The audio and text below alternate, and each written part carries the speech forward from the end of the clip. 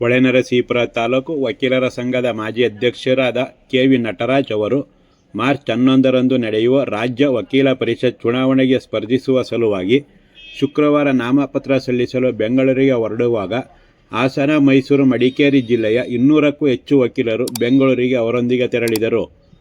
ತಾಲೂಕು ವಕೀಲರ ಸಂಘದ ಅಧ್ಯಕ್ಷರಾಗಿದ್ದ ನಟರಾಜ್ ಅವರು ಹಲವಾರು ಉತ್ತಮ ಕೆಲಸ ಮಾಡಿದ್ದರು. ಎಲ್ಲರಿಗೂ ಸ್ಪಂದಿಸುವ ಗುಣವನ್ನು ಕಂಡಿದ್ದ ನಾವುಗಳು ರಾಜ್ಯ ವಕೀಲರ ಪರಿಷತ್ ಚುನಾವಣೆಗೆ ನಾವೆಲ್ಲ ಅವರ ಮನವೊಲಿಸಿ ನಿಲ್ಲಿಸಿದ್ದೇವೆ. ಇಂತಹ ಉತ್ಸಾಹಿ, ಅಗತ್ಯ ಸಮಯದಲ್ಲಿ ಸ್ಪಂದಿಸುವ ಮನೋಭಾವ ಇರುವವರು ರಾಜ್ಯ ಪರಿಷತ್ತಿನಲ್ಲಿ ಇರಬೇಕು. ಅವರ ಮೇಲಿನ ಅಭಿಮಾನದಿಂದ 200ಕ್ಕೂ ಹೆಚ್ಚು ವಕೀಲರು ಇಂದು ನಾಮಪತ್ರ ಸಲ್ಲಿಸುವ ಕೆ.ವಿ. ನಟರಾಜ್ ಅವರೊಂದಿಗೆ ಸ್ವಯಂ ಪ್ರೇರಿತರಾಗಿ ತೆರಳುತ್ತಿದ್ದೇವೆ ಎಂದು ಹಿರಿಯ ವಕೀಲ ಪುರುಷೋತ್ತಮ್ ತಿಳಿಸಿದರು. ತಾಲೂಕು ವಕೀಲರ ಸಂಘದ ಅಧ್ಯಕ್ಷರಾದ ಎಂ.ವಿ. ಶಿವಕುಮಾರ್, ಹಿರಿಯ ವಕೀಲರಾದ ಭಾಷ್ಯಂ, ಆರ್.ಡಿ. ರವೀಶ್, ರಾಮ್ ಪ್ರಸನ್ನ, ಉದಯರಂಜನ್, ರಾಜಶೇಖರ್, ಶಿವಕುಮಾರ್, ಎಂ.ಕೆ. ನಟರಾಜ್, ಮಂಜುನಾಥ್, ಅರುಣ್ ಕುಮಾರ್, ಪ್ರಶಾಂತ್ ಸೇರಿದಂತೆ 200ಕ್ಕೂ ಹೆಚ್ಚು ವಕೀಲರ ಜೊತೆಯಲ್ಲಿ ಬೆಂಗಳೂರಿಗೆ ನಟರಾಜ್ ಅವರು ತೆರಳಿದರು. ವಕೀಲ ಮಿತ್ರರೇ, ನಾನು ಮೈಸೂರು ಜಿಲ್ಲೆಯ ಕೃಷ್ಣರಾಜನಗರ ತಾಲೂಕಿನ ಮಾಜಿ ಅಧ್ಯಕ್ಷನಾಗಿ ಕರ್ತವ್ಯ ನಿರ್ವಹಿಸಿದ್ದೇನೆ.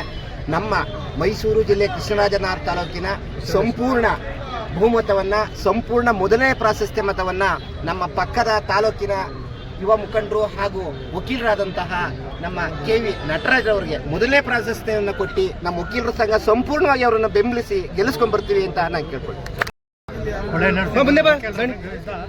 ಕೆ.ವಿ. ನಟರಾಜ್ ಅವರನ್ನ ಇದು ಇವತ್ತಿನ ಇದಕ್ಕೆ ನಮ್ಮ ಕರ್ನಾಟಕ ರಾಜ್ಯ ವಕೀಲರ ಪರಿಷತ್ತಿಗೆ ಅಭ್ಯರ್ಥಿಯಾಗಿ ನಾವು ಇವತ್ತು ಅವರು ನಾಮಪತ್ರವನ್ನು ಸಲ್ಲಿಸಿದ್ದಾರೆ.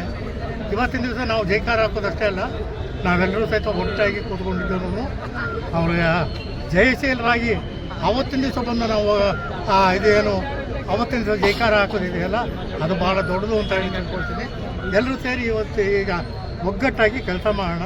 ಹೊಳೆನರಸೀಪುರದಲ್ಲಿ ಒಬ್ಬ ಕ್ಯಾಂಡಿಡೇಟ್ನ ತಂದಿದ್ದನು ನಮ್ಮ ಹಾಸನ ಜಿಲ್ಲೆಗೆ ಒಂದು ಒಳ್ಳೆಯ ಹೆಸರನ್ನು ಯೂತಿಗೆ ಯಾರು ಅಪ್ರೋಚಬಲ್ ಆಗಿರಬೇಕು, ಅಥವಾ ನಮ್ಮ ಯೂತ್ ಏನು ಅಡ್ವೊಕೇಟ್ಸ್ ಇದ್ದಾರೆ ಅವ್ರಿಗೆ ಅವ್ರ ಪ್ರಾಬ್ಲಮ್ಸ್, ಗ್ರೀವಿಯನ್ಸ್ ಹೇಳ್ಕೊಳ್ಳೋಕ್ಕೆ, ಅಥವಾ ಅವ್ರಿಗೊಂದು ಇನ್ ಟೈಮ್ ಯಾರು ಅಪ್ರೋಚ್ ಮಾಡೋರು ಇರಬೇಕು. ಹಂಗಾಗಿ ನಾನು 100% ನನಗೆ ಕಾನ್ಫಿಡೆನ್ಸ್ ಇದೆ ಕೆ.ವಿ. ನಟರಾಜ್ ಅವರು ಆ ವಿಷಯದಲ್ಲಿ 100% ಸಕ್ಸಸ್ಫುಲ್ ಆಗಿರ್ತಾರೆ. ಅವರು ಯಾವಾಗಲೂ ಅಷ್ಟೇ, ಈಗಿಂದ ಅಲ್ಲ ಮುಂಚೆಯಿಂದನೂ ಅಪ್ರೋಚಬಲ್ ಆಗೇ ಇದ್ದಾರೆ.